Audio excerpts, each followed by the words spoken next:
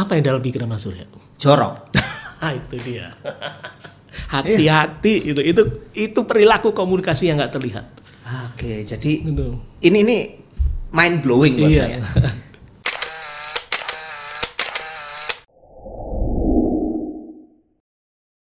Oke, assalamualaikum warahmatullahi wabarakatuh. Waalaikumsalam warahmatullahi wabarakatuh. Ini sekarang yang duduk di sini nggak berhijab, ganti orang.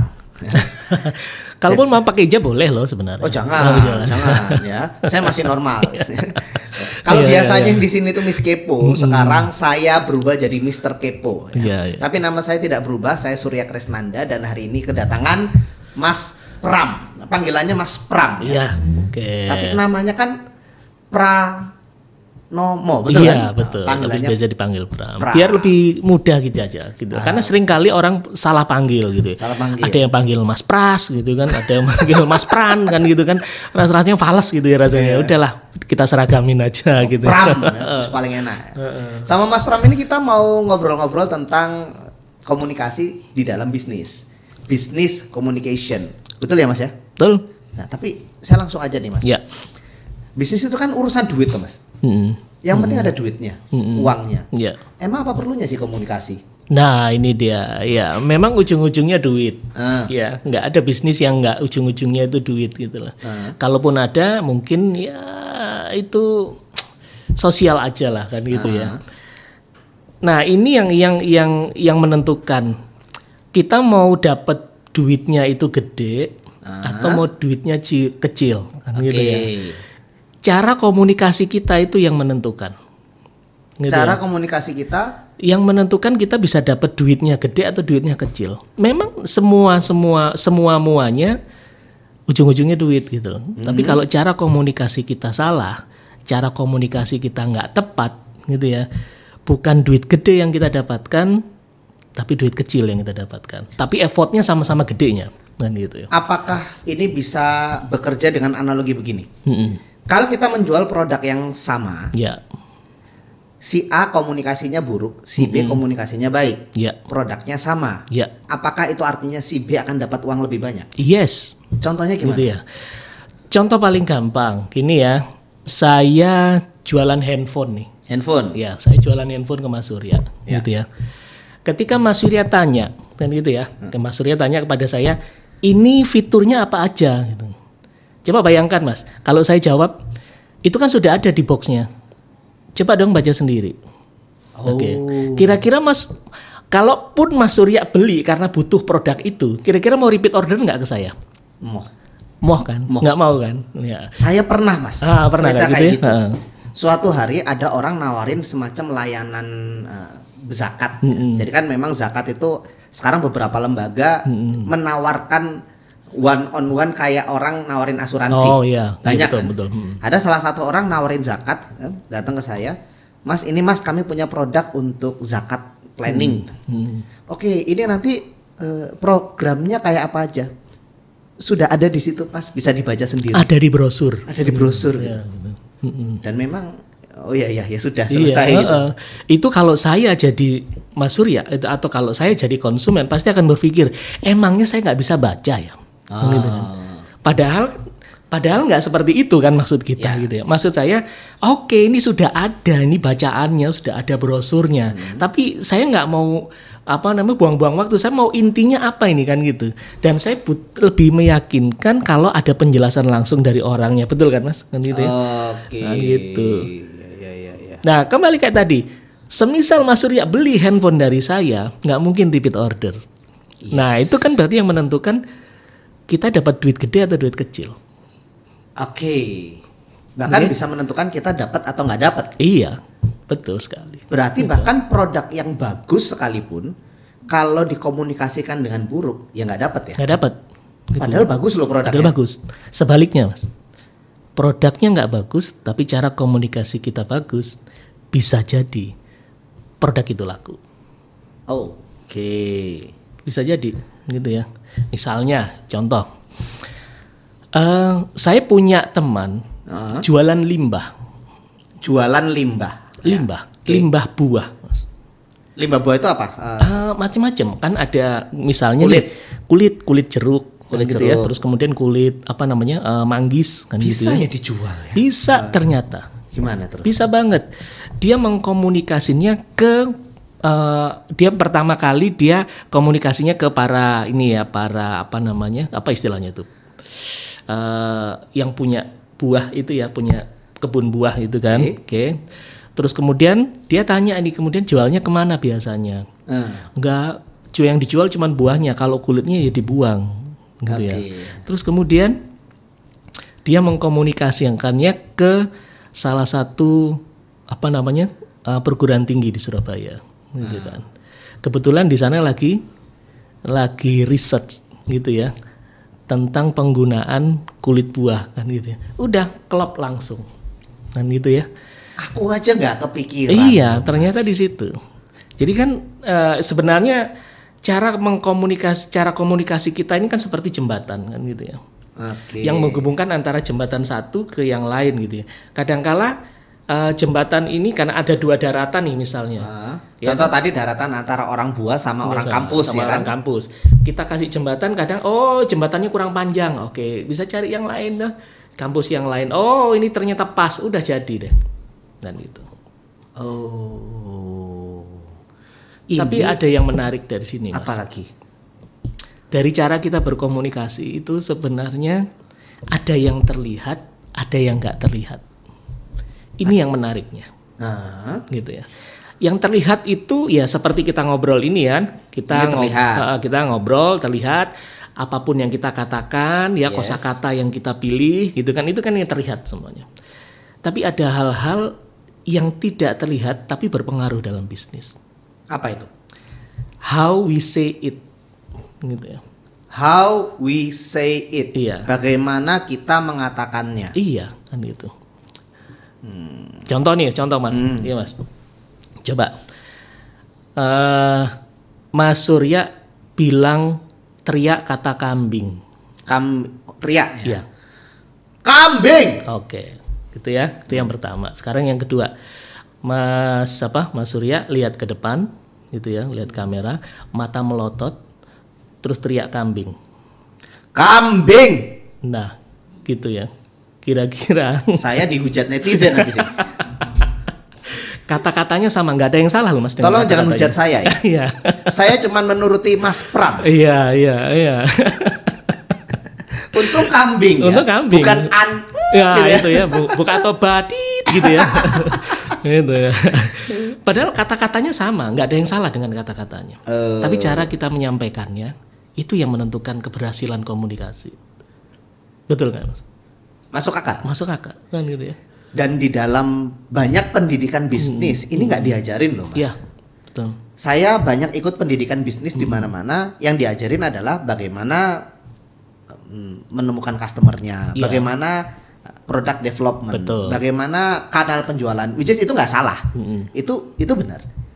Tapi di banyak pendidikan bisnis itu saya jarang menemukan pembelajaran bahwa bagaimana mengkomunikasikannya itu ternyata berpengaruh dan malah menurut saya malah berpengaruh banget Mas. Karena bayangkan produk saya sudah bagus, saya sudah ketemu pasar, tapi saya salah mengkomunikasikan, ya nggak dapet kan. Dan saya meyakini yang tidak kelihatan itu yang berperan lebih besar daripada yang kelihatan. Makanya kadang-kadang ngiklan itu suka boncos ya. Itu dia. Itu kan iklan itu kan adalah tentang bagaimana kita mengkomunikasikannya. Betul. Dengan bahasa seperti apa, dengan tulisan seperti apa, begitu kan ya? Betul. Itu. Boncos. Pada saat kita ketemu klien misalnya, klien ini klien besar, gitu ya. Mungkin pilihan kata-kata kita bisa kita set, kita atur ya, kita persiapkan dengan baik kan gitu ya.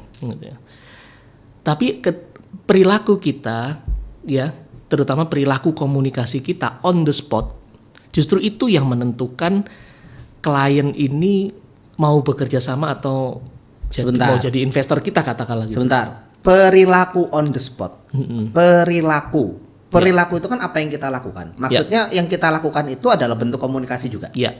Contoh paling gampang gini ya. Coba Mas Surya jadi klien besar. Klien kan? besar itu kelihatan kan badannya lebih ya, besar dari saya kan gitu ya. Jadi klien besar kan gitu ya. Iya, oke. Terus Mas Surya tanya ke saya sesuatu. Apapun. Saya klien ya? Iya, klien. Mas, produknya apa aja, Mas? Ada, semua dijelaskan di produk, Pak. Semua dijelaskan di brosur, Pak. Dan sudah saya lampirkan di proposal. Bapak bisa baca di proposal itu. Contoh, satu, gitu kan. Yang kedua, Mas. Ketika ketemu pertama kali, apa yang kita lakukan biasanya, Mas? Kita itu siapa? Kita, ya. Mas Surya, klien besar. Saya, katakanlah, marketingnya. Oh, gitu ya. saya mempersilahkan. Ketemu pertama kali, apa yang kita lakukan? Oh, Salaman, oke. Salaman. Di mana, Jung? Kira-kira, Mas? Saya tamu ya, Mas Surya jadi tuan rumah, gitu kan ya. Oke. Selamat pagi. Pagi-pagi, selamat datang, monggo. Iya, halo Pak. Gitu ya. Oke. Kira-kira salaman saya hangat nggak? Nggak hangat ya? Nggak. Apa yang bikin nggak hangat, Mas, kira-kira? Ya, cuman udah gitu aja. Apa yang Mas Surya pikirkan? Tentang saya? Sombong banget sih. Ya, gitu ya. Kesan awal sudah mengatakan saya sombong banget. Gitu ya. Dari salaman. Padahal belum ngomong loh. Belum ngomong. Tapi dari salaman aja saya sudah merasa bahwa sombong banget. Iya. Nah, kira-kira berpikir lanjutannya apa, Mas? Ketika awal sudah mengatakan ini marketing sombong banget nih. Kira-kira lanjut berpikir apa lagi? Ya, kalau dia sombong nanti saya diremehkan, dia tidak menghormati saya. Ya, ujung-ujungnya kalau saya punya peluang kerja sama bisnis, ya, saya nggak mau dong kerja sama bareng orang yang meremehkan saya, tidak menghormati saya. Yes, pasti seperti itu, gitu ya. Pasti seperti itu. Ada banyak cara orang untuk salaman, Mas. Misalnya kita coba sekali lagi, Mas ya. Selamat pagi, Pak Surya. Pagi. Ya, apa kabar, Pak? Iya, apa kabar? Ada yang seperti itu. Apa yang dalam pikiran Mas Surya? Kayak gini tuh malu gitu ya. Malu, ini orang malu gitu. Malu. Oke. Bagi orang timur mungkin dia bisa bilang, oh ini sopan, masih sopan. Tapi kalau dalam bahasa bisnis, ini tandanya ini ada jarak nih antara kita. Yes. Gitu ya. Kalau tuh konteksnya mau kerja sama, masa dari awal aja udah kasih jarak kan gitu ya? Yes. Nah, seperti itu. Coba beda. Dan kalau saya adalah klien besar, tadi saya merasakan bahwa ini orang nggak pede loh. Dia kan mau nawarin kerjasama misalnya kan, tapi dia kayaknya nggak pede dengan apa yang akan dia tawarkan. Dia merasa berada di bawah saya. Yes, gitu. Apalagi kalau salamannya gini, Mas ya, sampai nunduk-nunduk. Oh iya, gini. Gitu ada kan? Ada orang kepercayaan orang-orang Jawa itu semakin kita menunduk itu semakin kita merendahkan hati. Oke, itu untuk silaturahim, yes. Tapi untuk bisnis kalah kita. Kalau seperti itu. Oke. Gitu ya. Kita sudah kalah duluan pada saat kita ketemu. Karena kita merasa Anda lebih besar dari saya, Anda lebih kaya dari saya, Anda lebih sukses dari saya. Itu sebenarnya sebuah pengakuan, gitu loh. Dan ini dari sisi marketing kita kalah kalau dari situ. Oke. Ini kalau saya kepikiran, kalau saya mengambil posisi sebagai klien besar ya. Betul. Kalau ketemu yang seperti itu, saya merasa bisa menekan. Yang nanti dalam proses kerjasama bisnis itu saya bisa menuntut banyak. Karena dia nggak pede, dia malu dengan saya. I can do anything. Dan sebagai di pihak yang bekerja sama dengan saya sebenarnya akan mengalami kerugian kan? Kalah dalam negosiasi. Iya, itu salah satunya. Gitu ya. Kalaupun terjadi negosiasi, bisa jadi bergening Mas Surya jauh lebih powerful. Gitu ya, daripada saya punya bergening. Karena dari awal pun sudah seperti itu. Gitu. Perilaku ya. Tadi hanya dari salaman. Dari nunduk. Ada satu lagi nih, Mas. Boleh ya kita coba ya. Halo Mas Surya, apa kabar? Iya, sehat. Baik. Mas Surya. Sehat ya. Kalau yang seperti ini apa yang Mas Surya rasakan? Pede confident. Ya. Oke, confident. Yes. Itu bahasa-bahasa yang yang jarang orang tahu, Tapi sebenarnya kalau dia tahu itu powerful sekali untuk digunakan. Oke. Ya. Ketika kita salaman sama orang gitu ya, terus kemudian dipegang tadi di sini. Iya, tangan. Kayaknya ada setruman ajaib ya, gitu ya. Oke. Tangan kanan kita saling berpegangan, tapi tangan kiri kita itu pegang lengannya, ya kan? Itu artinya saya mendukung Anda. Oke, I support you. I support you, gitu. Dan itu yang lebih akrab, ya kan? Lebih bikin orang itu merasa dihargai kalau kita melakukannya seperti itu. Oke. Ada juga yang seperti ini ya, ada yang seperti ini. Gimana? Apa kabar Mas Surya? Sehat Mas? Alhamdulillah. Sehat ya. Oke. Kalau yang seperti ini apa yang Mas rasakan? Yang saya rasakan ya, you care about me, maybe, or mungkin sama kayak tadi ya. Enggak, beda Mas. Beda. Kalau yang seperti ini tadi gitu ya, Anda harus nurut sama saya. Ya, ada perasaan saya itu. Saya punya power. Ada Anda perasaan itu, betul. Nah, itu dia. Ya, jadi ketemu hati-hati kalau ketemu dengan orang yang salaman seperti itu gitu ya. Apalagi salamannya gini kan, biasanya orang salaman seperti ini ya. Dia nyodorkan tangannya nggak gini Mas, tapi gini. Halo, apa kabar? Oh, kali ini kerasa banget. Yes, ini kerasa saya banget. harus ada di atas Anda harus ada di bawah saya. Ini kerasa banget. Nah, gitu. Iya. Ini perilaku komunikasi, Mas. Oke. Ya. Tapi tadi ini terasa ya? Jujurli. Kalau yang ini no debat nih, Mas. Ya. Tapi kalau yang tadi coba ditutup tadi. Sebenarnya ini memang ada perasaan itu, tapi tetap ini saya coba telah dari Mas Pram ya. Kalau saya pribadi tetap ada rasa seperti you hug, Anda merangkul saya. Iya, seolah-olah merangkul. Merangkul. Gitu. Tapi sebenarnya Anda yang harus nurut sama saya. Okay. Jadi sebenarnya saya merasa you care about me, tapi secara bawah sadar you are in control. Yes. Secara sadar saya merasa bahwa you care about me. Yes. Tapi betul I di bawah sadar you. I control you. Iya. Gitu. Itu. Itu kan perilaku komunikasi ya Mas yang jarang orang tahu sebenarnya. Tapi kalau tahu powerful banget tuh. Ketemu dengan siapapun, ya kan? Mau ketemu dengan director, mau ketemu dengan CEO, sekalipun sekelas mereka pasti sudah tahu. Karena cara perilaku salaman seperti itu sudah internasional. Gitu ya. Kalau kita ngamatin di TV-TV atau di berita-berita, cara salaman presiden-presiden dunia itu juga seperti itu. Tadi yang kayak seperti ini Barack Obama sering kali melakukan ini. Barack Obama, Putin, gitu ya, sering kali melakukan ini. Gitu. Tapi ada beberapa yang seperti ini ya. Nah, seperti Korea Utara. Siapa tuh? Kim Jong Un, benar ya? Seperti ini. Gitu. Beda kan? Udah. Ya jadi kalau kita menyadari kekuatannya dalam bisnis, insya Allah bisa mendatangkan duit gede, ya. Amin, kan gitu ya. Itu tadi perilaku. Jadi apa yang kita katakan, apa yang kita lakukan itu mengkomunikasikan. Nah, bagaimana dengan apa yang terlihat? Ya. Pakaian, gaya. Ya, semuanya tetap penting. Gimana? Semuanya tetap penting, gitu ya. Artinya bukan berarti kita memang secara konsep ya kan, hal yang tidak terlihat itu yang menentukan keberhasilannya paling besar. Memang, gitu ya.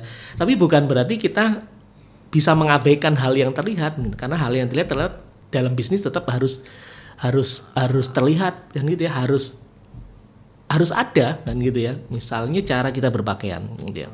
Nih berpakaian nih. Ya, cara kita pakaian. Bagaimana dengan pakaian ini? Nuas, iya. Surabaya. Ya. Iya. Tolong jangan dibaca. Iya. Jangan dibaca. Oke. Itu. Saya pakai ini. Khas Surabaya ini. Ya, saya pakai ini supaya saya tuh kalau mau mengumpat ke orang nggak perlu ngomong. Iya, jadi misalnya saya kesel sama Mas Pram ya. Iya. Gitu ya. Tapi bagi orang Surabaya gitu ya, kalau dengar kata jancuk lalu baper berarti masih kurang Surabaya, kan itu. Setuju saya. Jadi karena kata jancuk itu kan identitas. Selain identitas itu mengakrabkan sebenarnya, Gitu. Ya Cuk, kabarnya Cuk? Alhamdulillah Cuk, konse urip ae Cuk. Oh Kan iya, gitu kan Cuk, seperti itu kan. baik, Cuk. Masya Allah. Kan gitu ya, Sudah, itu Cuk, Masya Allah. Nah, ya kayak gitu ya. Ya ini adalah Surabaya kan gitu ya. Gitu. Iya. Ya, jadi kembali ke tadi. Ya, misalnya ketemu dengan bos besar. Ketemunya bukan di kantor, ketemunya di rumah. Bukan CEO perusahaan gitu ya. Mungkin dia business owner. Bisnisnya gede banget gitu ya. Kalau kita ketemu dengan mereka para business owner, bisa jadi pakaian mereka cuman celana pendek. Iya. Gitu ya, sandal jepit bisa jadi, kaosnya ya kaos oblong kan gitu ya. Kemana-mana cuman bawa tas kecil gitu kan. Dan seperti itu kan gitu ya. Pertanyaannya, kalau kita mau ada kerjasama dengan orang itu, atau kalau kita mau menawarkan sesuatu, apakah harus berpakaian yang sama dengan orangnya? Pasti ditolak gitu. Oke. Nah itu. Artinya dalam bisnis pakaian tetap menentukan gitu loh. Tetap harus ada, tetap harus kita istilah dalam bahasa Inggrisnya kita groom ya, kita grooming gitu. Gitu. Karena kan katanya mbuh nasihat dari mana begitu. Pandangan pertama itu menentukan katanya gitu ya, dan pandangan itu menjadi kesan pertama. Kalau iklan Axe zaman dulu kan kesan pertama begitu menggoda. Pada nonton gak iklan itu? Kalau tahu iklan itu kita seumuran. Kesan pertama saya begitu. Saya nggak tahu iklan itu, gitu ya. Ya emang saya lebih tua dari Mas Pram ya. Kesan pertama begitu menggoda. Selanjutnya terserah Anda. Nah, gimana tuh kaitan dengan pakaian, Mas? Ya sama kayak gitu, Mas. Ketika kita ketemu sama orang, nggak bisa kita pungkiri deh, yang kita lihat performannya terlebih dulu, kan gitu ya. Performa itu ya, kalau orang Yunani bilang tuh sak pangeteke. Nah, itu bahasa Yunani deh, bahasa Yunani nih ya kan gitu ya. Dari ujung rambut hingga ujung kaki itu kita pasti ngelihat. Oke. Itu nggak bisa kita pungkiri. Bukan hanya dalam bisnis, gitu ya. Dalam hal apapun, gitu ya. Gitu. Bahkan kita ketemu saudara, kita juga melihat penampilan mereka kan gitu ya. Semisal bulan lalu ketemu gitu atau tahun lalu ketemu sama saudara pakaiannya bisa-bisa, sekarang kok pakaiannya lebih bagus. Mungkin ini ya, mungkin ekonominya naik. Ekonominya lebih baik kan gitu ya. Nah, kita kan pasti melihatnya seperti itu gitu ya. Jadi itu memang penampilan, kesan pertama itu dari penampilan kita gitu. Akan tetapi itu bukan semata-mata, bukan satu-satunya yang membuat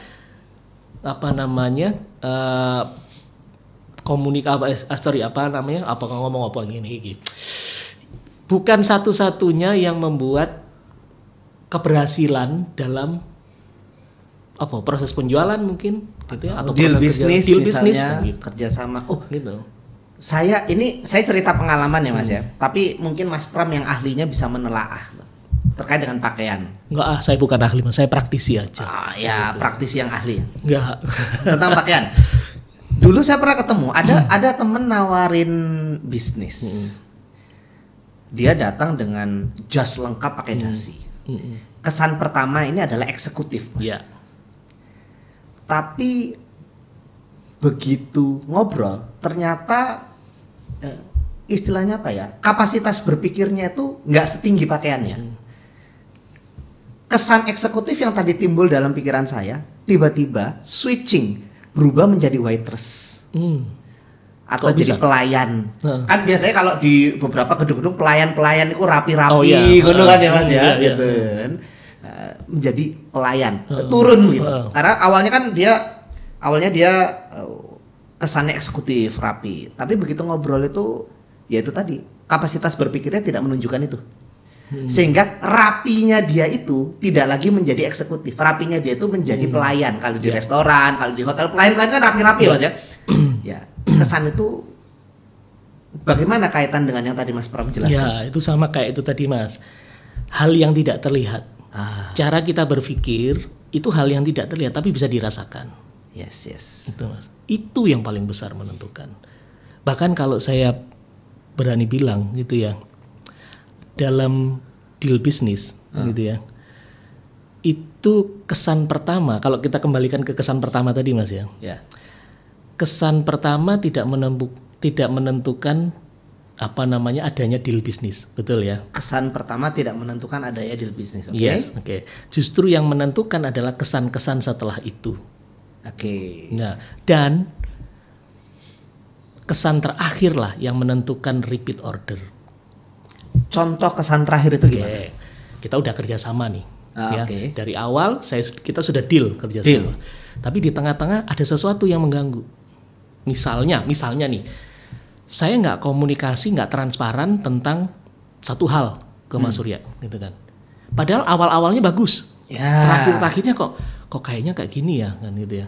Itu kesan terakhir, Mas. Kira-kira Mas Surya akan repeat order lah nggak? Oh, saya sering tuh kerjasama dengan orang kayak begitu. Iya. Karena awal-awal masih panas kan, kayaknya ingin memberikan kesan terbaik. Iya. Tapi kok mulai tengah-tengah gitu, rasanya angkat-angkat tai ayam. Iya. Istilahnya kan, kok malah longgar. Di akhir-akhir kok dia malah pelayanannya buruk gitu kan. Sering kan nggak gitu? Sering. Nah, itu yang menentukan repeat order, kesan terakhir. Dan memang saya nggak mau sama dia lagi. Nah, itu dia.